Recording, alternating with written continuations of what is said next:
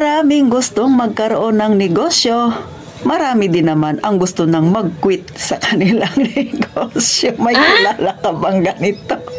Kung gusto mong malaman ang kasagutan ni Ate Tintin, pues mag-subscribe ka na sa akin. Pindutin mo ang like button na yan mga kasari kung nakaka-relate ka sa aking isi-share. At syempre, pakishare na rin kung hindi kayo busy. Kaya, umpisahan na natin ang real talk nating chismisan. Alam niyo mga kasari, isa sa nagiging dahilan bakit marami ang gustong magnegosyo, kay araw-araw daw may pera. Lagi daw may pera ang pitaka. Yan ang alam nila. Sa ating mga may negosyo na alam nating hindi naman yan totoo. Kasi kung may pera man sa negosyo, marami ka ring bayarin. Marami ka ring problemang kinakaharap. Pero syempre, kung ikaw ay totoong nagninegosyo, kung ikaw ay mahal na mahal mo ang ginagawa mo, ang puso mo ay diyan sa pagninegosyo talaga dahil ito yung gusto mong maging buhay, syempre nalalampasan natin yan mga kasari. Dahil meron tayong pamamaraan na ginagawa kasi mahal natin ang ating trabaho, ang ating negosyo. Pero syempre, meron din namang ilan na nagnegosyo na gusto nang mag-quit. Gusto niya nang bumitaw. Bakit? Lalo na ngayong January, sa dami ng bayarin. Tumaas talaga ang bayarin sa City Hall. O, isa yan sa nagiging dahilan bakit nagkukwit na lang yung iba.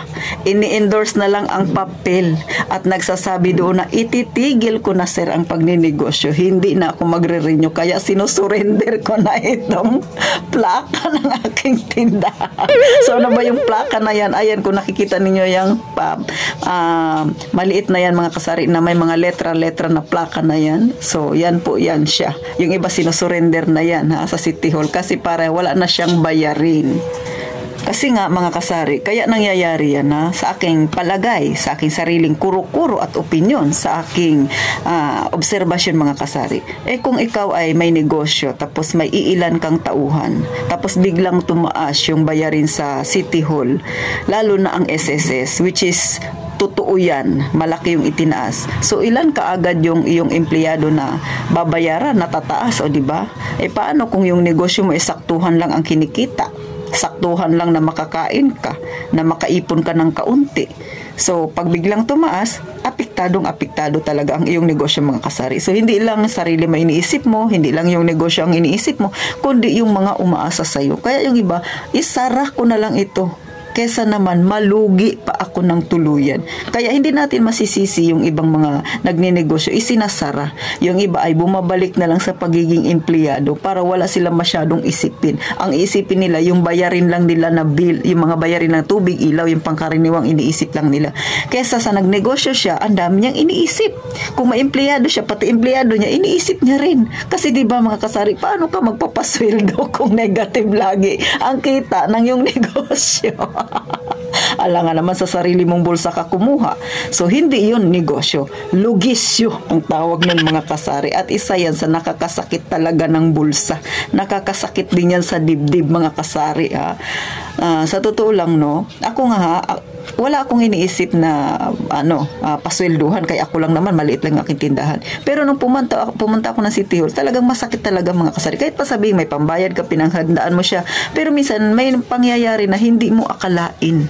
Kaya sa mga nanonood kay Ate Tintin na gustong magkaroon ng negosyo, lagi kong sinasabi, lagi kong pinapayo, pag-isipang mabuti, mag-research, kapain ng maigi ang dibdib kung handa ka na ba talaga sa papasukin mo na yan. Kasi pag pinasok mo yan, wala nang urungan. Bakit? Siyempre, pag nag-uumpisa ka, kailangan mo munang bawiin lahat ng ginastos mo.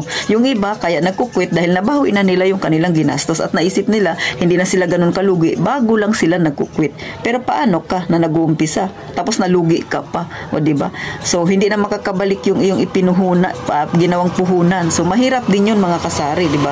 Wala namang nagnegosyo na gusto malugi siya. Ang lahat ng pinasok ang pagnenegosyo, ang iniisip nila ay kumita sila. Pero sa totoo lang mga kasari, masakit man, ay may nangyayari talaga na hindi nagiging okay yung kanilang pinasok na negosyo. Kaya yung iba talaga napipilitan kahit na lugi, isara na lang ng tuluyan. Kesa mas lalo pang lumaki ang lugi niya. So isa yan sa nagiging rason. Mahirap kasi mga kasari kung magnenegosyo ka, tapos panay ka labas ng pera. Kumbaga, nagninegosyo ka, walang pumapasok, labas ka ng labas, so pati yung ipon mo, nagagamit mo na. So, hindi nga siya maganda sa negosyo. Lugisyo nga talaga yan, mga kasari. Pero kung ikaw naman ay may negosyo ngayon, tapos nakikita mo, sakto-saktuhan lang, mga kasari, may paraan pa naman. May panahon pa makapag-isip ka, ilalaban ko ba ito? Kung ilalaban ko ito, ano ba yung mga gagawin ko para mapaunlad ko ang aking negosyo? Kung may mga tauhan ka, syempre, inisip mo, magbawas ka ng tauhan, mga kasari. Kasi, isa yan sa mga pamamaraan minsan ng isang nagnenegosyo. So, wala man akong tauhan, mga kasari, pero nakikita ko yan dito sa amin. Nagbabawas ng tauhan, tapos talagang pilit na nagtitipid para kahit papano makasurvive pa rin ang kanilang negosyo. At yung isa kong kakilala na may tindahan ay tuluyan na talagang nagsara, mga kasari, dahil hindi niya nakaya ang gastusin ng kanyang negosyo, plus doon di siya umaasa, mga kasari, sa kanyang ikabubuhay, pero hindi na talaga kaya pang itayong muli dahil sobrang down na ng kanyang negosyo. So wala na tayong magagawa. So sa mga gustong magka-negosyo, gaya ng sabi ko, pag-isipang maigi. Sa mga may negosyo dyan na medyo 50-50 na, nasa sa inyo yan ang desisyon, mga kasari. Kayo ang makakapagsabi kung dapat nyo pa bang ilaban ang inyong negosyo o tuluyan na nyo ng isara. So hanggang dito na lang si Ate Tintin. Sana nagkaroon ng idea dyan yung iba. Pangiti-ngiti man ako, pero alam ninyo, real talk yung sinasabi ko, mga kasari. Hanggang dito na lang si Ate Tintin. Magkita tayong muli sa susunod na video at huwag kalimutang mag-subscribe. At gaya nga ng palagi kong sinasabi, mag-iingat tayong palagi, mga kasari.